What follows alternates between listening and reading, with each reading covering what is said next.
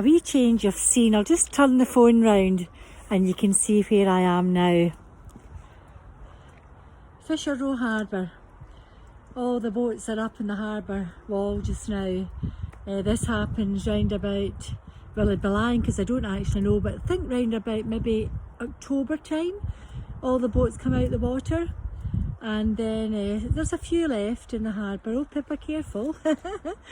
There's a few left in the harbour, but not many. And then there's a super day in the spring sometime when all the boats are taken down and put back in the water. I always think the harbour's quite an exciting place to be. It's a place of coming and going and meeting up with people. I mean, it's actually quite a dreich day. I could have picked a nicer day to do this, but there's a couple just walking along the harbour wall just now. There's always life about a harbour. Another reason I come down here today from the church, we've been playing Hallelujah, and hallelujah indeed, because we have a great God.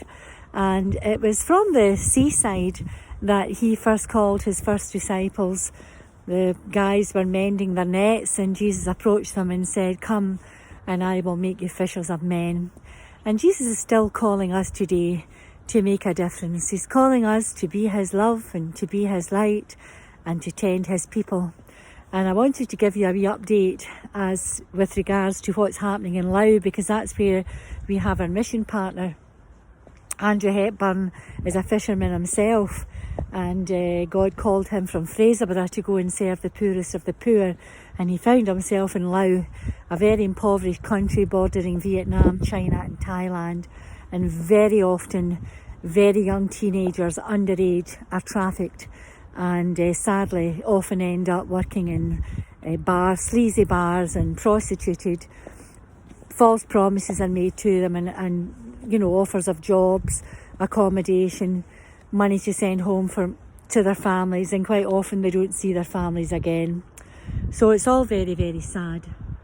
But we became involved with Empathy UK, which is Andrew's charity, a good number of years ago through a friend of mine who I studied with at college. And just about a month ago, Andrew gave me a wee call. And he told me about this wee boy, Peng, 12 years of age, no daddy, no home, no hope basically. And anyway, the conversation led to this wee boy being sponsored. And this was a road that Andrew had never thought about, child sponsorship. So after a sponsor was found for Peng, we decided to roll this out. And I informed friends and the church family about it, and now I'm delighted to tell you that 12 impoverished children are now receiving shelter, food and an education, and it only costs £6.25 per month to provide this for a child. And really these kids are being given hope. Education's the only way out of poverty, and it's surely every child's right to be able to go to school.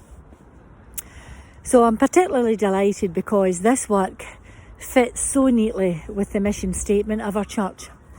It's straight from Matthew's Gospel, chapter 25. Jesus is speaking to his disciples and he said, "I was hungry and you gave me something to eat. I was a stranger and you welcomed me in. I was sick and you cared for me. I was in prison and you came to visit me. I was naked and you clothed me." And his disciples said, "We don't remember that, Lord. When did we do these things for you?" And Jesus said, "Whatever you do for the least of these, you do for me." And surely love must be seen in action.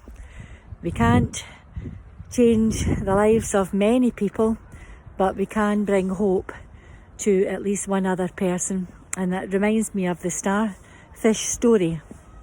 A wee boy was on the beach this day. In fact, there was quite a crowd there because the starfish had been washed ashore and they were beached and the tide had receded.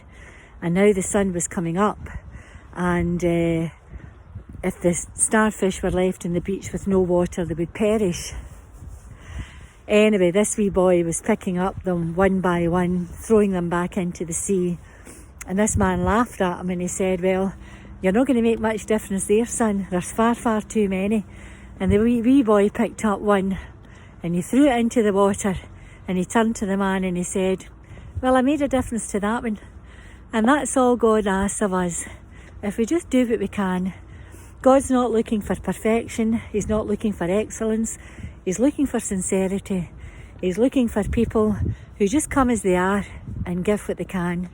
And he does the rest. And our lives in his hands can accomplish more than we could ever imagine. And we give him thanks here from Fisherrow Harbour. Until we meet again. Amen.